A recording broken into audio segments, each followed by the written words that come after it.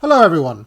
Today I want to talk about the relationship between capitalism and two interrelated phenomena, which are mass immigration and feminism, because they are both subsets, I think, of the same phenomenon. Chiefly that capitalism, everywhere and always, is searching for the lowest labour costs it can find. Now, I am far from the first person to point this out. Of course, Marx was aware of this. Lenin, as I mentioned in a previous video, was aware of this. But before Marx and before Lenin, so too was Thomas Carlyle. And in this book here, you can see he talks about cash payment. Now, when he talks about cash payment, he's talking about the universal nexus of man-to-man social bonds, social relationships being replaced with simply cash payment. Okay? Now, when I pointed this out on Twitter, in fact, it started with an exchange between Romanian V, who I was talking about last week, and my buddy Carl Benjamin, Sargon of Akkad. They had some exchange on Twitter, and it just led me to intervene, where I quote tweeted Carl and said, weaknesses of capitalism include 1. Permanent incentives for mass immigration, 2. Permanent incentives for feminism, 3. The fact that it's a universalizing doctrine that can't distinguish between peoples. I may do a whole video on that forthcoming. And 4, extreme tolerance of subversives. And in this video, I want to focus on the first 2 of those. Okay? Now, I'll come back to Carlyle in a moment, but this post upset a lot of libertarians who then spent best part of 2 days attacking yours truly. And I just want to share some of the things that came up. One person was like, well, how does capitalism promote feminism? And I said, well, capital seeks to drive down the cost of labour. Feminism equals double the labour pool, halve the cost of labour. Labour is weakened when the pool is increased. Capital always seeks to weaken labour by maxing out the pool. Would be good if more rightoids actually read Basic Economics by Thomas Sowell. Now, Thomas Sowell does not actually talk about feminism or the relationship between capitalism and feminism in that book. But what he does talk about is the law of supply and demand. When supply is increased of a good relative to demand, the price of that good goes down. And by increasing the labour pool, by adding women to it, as happened in the 60s, 70s, 80s, you then put a downwards pressure on wages. And people can have a look at real wages, okay, here in the UK. It doesn't take a genius to figure out. Back in the 60s, a milkman or a postman could buy a 4-bedroom house with a wife and 2 or 3 kids and have enough money to live on, okay? In this day and age, you need a man and a woman, both of whom are working, both of whom are on good salary jobs, and still they can't afford that 4-bedroom house. Part of that is the housing market, which also has its supply and demand, but a big part of it is the suppression of wages that have occurred since feminism. And this was sold to the people, this was sold to women as quote-unquote liberation. Just think now, you're being sold, being chained to a desk, answering to a boss, to a corporate overlord, and that is being sold as quote-unquote liberation. Very good person on this topic, opened my eyes up to it back in the day, was Peter Hitchens. Peter Hitchens has got a good many bits on it in Cameron Delusion, Unconventional Wisdom, and even Abolition of Britain, where he talks about how feminism basically is a kind of capitalist ploy, all about actually expanding the labour market. The other part of this was, of course, about immigration, and I have to say, it's funny because I simply mentioned something that is just a basic rule of Econ 101, and libertarians really acted like the 2016 SJW when I pointed this out. I said, if supply of labour increases relative to demand for labour, cost of labour goes down. Therefore, buyers of labour seek to increase the supply of labour. And you wouldn't believe the amount of nonsense that people try to sell me to try to deny this basic fact. I can come back to Carlyle, because Carlyle, writing in the middle of the 19th century, could see all of this happening. He complained about 30,000 distressed needlewomen looking for work on the streets of London, many of whom had come over from Ireland. There was an immigration crisis in England in Carlyle's time of people coming from famine-struck Ireland looking for work. Carlyle called this phenomena nomadism, and it was one of the many consequences of replacing the old-fashioned feudal social bonds with the cash nexus, the cash payment. What did he say? In fact, very good is Marx and Engels on this exact topic, right? So Marx and Engels, reading Carlyle, drew out this lesson from Carlyle. They said, the bourgeoisie has put an end to all feudal, patriarchal, idyllic relations. It has pitilessly torn asunder the motley feudal ties that bound man to his natural superiors, and has left remaining no other nexus between man and man than naked self-interest and callous cash payment. Marx and Engels on Carlyle. And this analysis has basically remained true.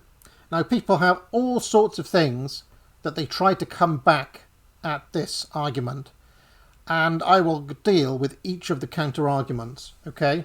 First, there is the argument that actually what is causing mass immigration today is welfare. Now, sure, welfare perverts incentives, welfare doesn't help matters at all, but the truth of the matter is that most illegal migrants don't have any access to welfare whatsoever, apart from, if they're put up in a hotel or something seeking asylum. But once they actually get in as an asylum seeker, there's all sorts of things that they're not given access to as a result of not being a British citizen. You can argue that they get access to NHS and school places and things like that, which is kind of a welfare in kind, right? But the actual thing that has driven these people here is not welfare. It is the same thing that has driven mass immigration since the time of Carlyle, since the mass migrations to America in the 19th century. And I got a post, I said, it's a libertarian cope that immigration is caused by welfare. It's just not true. 19th century mass immigration was not caused by welfare. Okay? It was the primary driver is always the labour market, and it is always capital, by which I mean the owners, business owners, employers seeking lower wages. Now, if you don't think this is true, I actually have some stats that may shock you. Last year in Britain, in 2024 and 2025, there was a number of raids by Keir Starmer's government on all sorts of businesses, okay? Bangladeshi restaurants, Indian restaurants, Deliveroo. And what did they find? They found undocumented migrant workers, illegal migrants working in restaurants on £50 a week, when the minimum wage is £11.44 an hour. So you can see Clearly, those people were being paid less than the legal required minimum wage. Deliveroo drivers were found to be working as many as 115 hours per week and getting less than £1,500 a month, which calculates at, in some cases, as low as £3 an hour. A lot of Deliveroo workers were working for between £3 and £5. They also found farms, big farms that supply supermarkets, where you buy your carrots and sausages and so on. Those farms were found to be employing people at below minimum wages, as were care homes. Okay? Now, the argument given by a lot of people, there's a whole industry of rent-a-gobs telling you, well, the reason they have to do this is because British people don't want to do... British people are lazy. British people don't want to do these jobs. British people don't want to, they won't get out of bed, etc. It's literally illegal. It is not legal to pay a British person less than that. And now libertarians will come back and they say, well, it's because of the minimum wage. It's because of it's not. Okay? The fact is that there's a basic threshold for how you can survive in this country. That's why they brought in minimum wage laws. If your company, if you're Deliveroo, if you're a Bangladeshi restaurant, and you cannot beat the market paying your staff minimum wage, then simply you don't deserve to be in operation. Your business is actually not viable. Right? If in order to make margin you need to break the law, i.e. paying people less than the legal minimum, you don't deserve to be in business and the government should shut you down. That's actually the correct position to take when it comes to that. Okay? There are other things, though, that people brought up. They said, well, the thing is, this is not real capitalism. Tesco's and Sainsbury's isn't real capitalism. Because I pointed out that, because what happened basically is that somebody, in my comments, they were arguing against my premise that because employers benefit from a larger labour pool, that they try to make a larger labour pool. Okay, and this guy said because cheaper apples attract more buyers, stores try to make apples infinitely abundant. Thought he was being this was a gotcha, and I simply said modern supermarkets put huge, and I mean huge, downwards pressure on farms using monopoly contracts, many of which are very unfair, by the way, to make the margins razor thin. Every libertarian attempt at a gotcha reveals how little of the real economy they understand. And because I said this, they then came back and said, using modern... that's not real capitalism. This is the state at play. This is actually socialism. And I find that a very irritating thing. Because on the one hand, they come out and say that. And on the other hand, when people say, okay, well, that's surely proof then that Walmart, which uses basically a centrally planned system at the moment, and if you're saying it's part of the state, if you're saying it's not real capitalism, then surely Walmart has evidence that, planning works. But they don't take that either. Cato Institute says, no, Walmart is not evidence that centrally planned economies work. Actually, Walmart is capitalism working, which is always the move they make. And somebody actually did make this point. Somebody said supermarkets are capitalism working. Absolutely, they are. And I said, yes, to come back to Carlyle, the destruction of all higher values, towns, communities, nationhood, any sense of higher purpose or meaning in life at all, social bonds, just so you can have an apple for 50 pence rather than 70 pence. That's the logic of the market. You want an apple for 50p, not 70p. So all the other costs have to be driven down as well. And one of the biggest costs is labour. So the supermarket will see to it that the farm is what they call a marginal or even supra-marginal firm, on the brink of going out of business if they don't hit those razor-thin margins.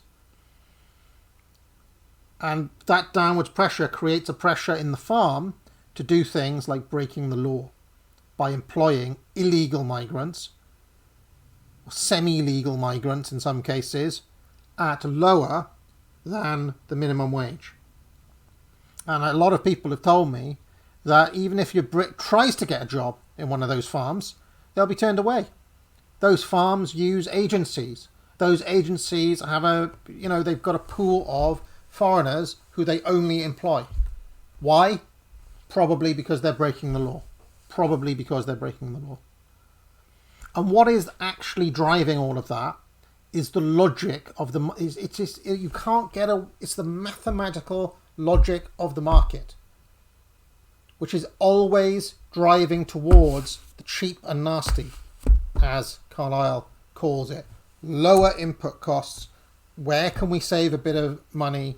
Where can we squeeze out a little bit more margin?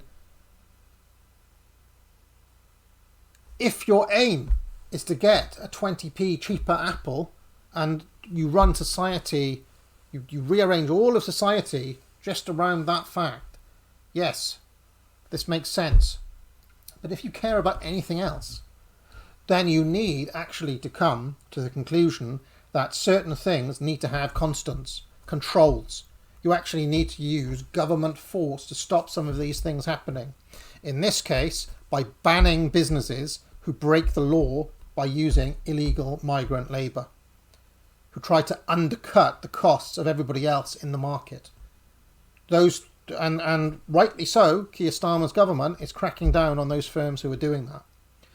But if you're on the side of capitalism, you need to actually admit, as all of the actually honest libertarians in the past, Mises and Rothbard and Milton Friedman and Bohm-Bawek, all of them admitted that this is the ruthless, Hayek as well, they all admitted that this is the ruthless logic of the market, that left to its own devices, the market capital would go to where labour is cheapest. And they see this as good. They actually had the guts to say, actually, we're for open borders. Milton Friedman argued for open borders. You can get up Free to Choose from 1980 and see Milton Friedman arguing against union bosses, saying, actually, we need to expand the labour market. Why should you get monopoly controls and special rights? Really, you, the union guy, is screwing the consumer. That's what Milton Friedman said in 1980. Yeah, there's a couple of little tricks about, but you can't work with welfare and all of that. But that's a side issue. That's not dealing with the actual logic of what the market does. And because the market, left to its own devices, will always gravitate towards a vast, immense, international system that seeks out the highest margins for the lowest costs.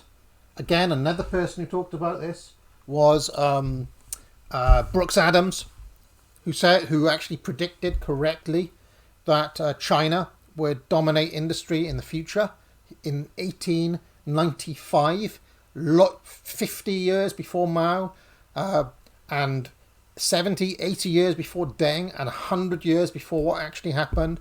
Brooks Adams said, because capital will always seek out low labour costs, the future will tend towards China and Asia dominating. That is exactly what happened, because it is the logic of the thing.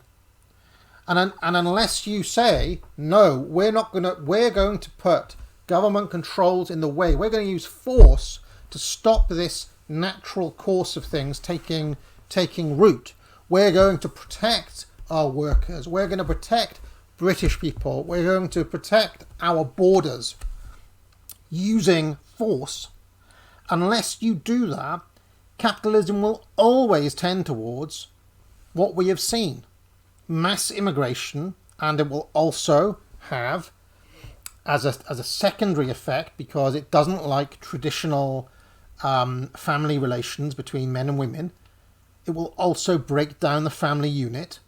It will also promote feminism. It will try to get women, it will try to get the best, the most fertile years of women and stick them in the office. And then when they're in the office, they can't have kids. And when they can't have kids, the birth rate goes down. And when the birth rate goes down, the population then starts decreasing. The government panics and they say, oh, the population is decreasing. Where we're going to get people? Oh, I know, mass immigration. So you see how all of these three things, capitalism, feminism, and mass immigration, are interconnected. It upsets me that there are still people who won't admit this. In the past, laissez-faire types, free marketeers, were honest enough to admit it. Now, partly as a result of IQ decline in the libertarian space, but also as a matter of the fact that immigration is very politically unpopular at the moment, they try to hide this fact, or they try to cope. They try to say, oh, actually, it's not in the nature of it, or they try to play these word games. And I'm not having it. And I think this is important, though, because still, at the moment, all of the rightist parties are still absolutely ram-packed of free market dogma, libertarianism, Margaret Thatcher, and all the rest of it. And especially the boomers, the older people, they're going to have to get with the programme that where we're headed, where things are, we cannot be ideologically committed to the market, because we've seen what the market does. We need to use government controls to get a handle on some of these problems. And we need to use government controls to put a ring fence around those things that we deem sacred, those things that we deem untouchable by the ravages of the market.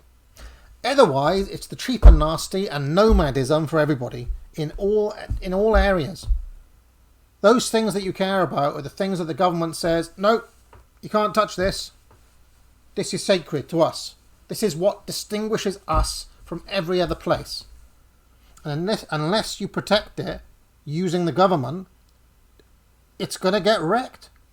The market will, through the process of creative destruction, tear away, break apart, basically like an acid, corrode and destroy every last thing that you hold dear. Even companies that you hold dear, even brands that you love, will be gobbled up through mergers and acquisitions and bullshit merchants saddling the company with debt, right? So even businesses that are loved will actually, in the long run, be destroyed by this process in the market. So people keep on asking me, why aren't you a libertarian, eh? Well, these are all the reasons why. And I don't think anything I've said actually contradicts anything said by Austrian theory. Remember, I wrote a whole book called Defenders of Liberty with chapters on the Austrian school, on the Chicago school, on the Manchester school, on the physiocrats. I know this history. John Locke and Thomas Hobbes, and I know the history and the theory and the ideas of liberalism and of laissez-faire free markets better than any of you. How do I know that? Because I'm arguing with you, and you can't tell me what Bohm-Bawek said about subsistence wages as an example. Because you haven't read the stuff. You don't know it. Bohm-Bawek was trying to argue against Marx that labour is not exploitative. Okay, well, we can accept that argument, but then he was led to conclude that, well, if people are desperate, if they don't have any other money, if they're hungry, if they're poor, if they have no other options, then actually the employer, the capitalist, can bid down their wages to below subsistence level. Bohm-Bawek says that. What's his answer? Well, it's hard cheese. That's just the market. That's them's the breaks. Them's the breaks. Okay? That was the attitude of free marketeers in that age.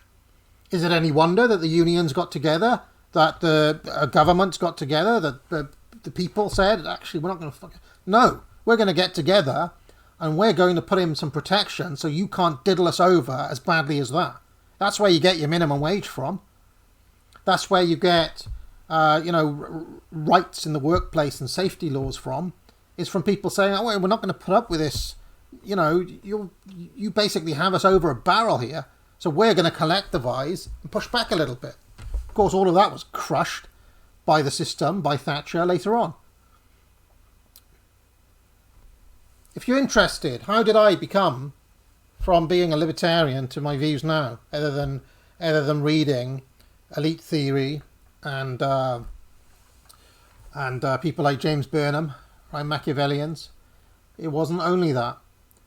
It was also coming to realise some of the truths of the actual mechanisms of the market. One person I read was John Gray, his book False Dawn. Fascinating book, which I recommend people read to actually see that a lot of this stuff, a lot of this ideological laissez-faire masks actual mechanisms of power that are taking place, centralizations in the case of False Dawn. Another thing I came to realise is that laissez-faire, in a way, is the natural ruling capacity, the natural ruling ideology of empire. So when the British Empire was at its zenith, it adopted laissez-faire, and then when the American Empire was at its zenith, it adopted laissez-faire. At other times, they switched to protectionism. And they can always find intellectuals to justify what they want to do at the time. For us, right now, we have seen the consequences of actually tried liberalism, of actually lived capitalism. And look at where we are. All those things that Carlyle predicted have come to pass. All those things that Brooke Adams talked about with China taking over have come to pass. How were they able to predict that? By following the logic of the market. All right, I'll leave it there. This should be interesting. I'm probably going to have pushback from libertarians, but why not? I'm in the mood at the moment, guys, to fight on every front. So come at me. I'm like the what's his name in the Matrix? Lawrence Fishburne. Come on, come at me. Ever seen that film Ip Man? He fights like 20 people at once. Go on, I can fight you all at once.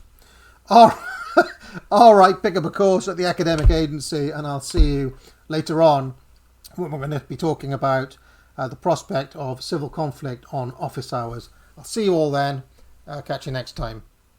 If you liked this video, be sure to like and subscribe. You can join the channel for thousands of hours of past shows in the archive and hundreds of videos.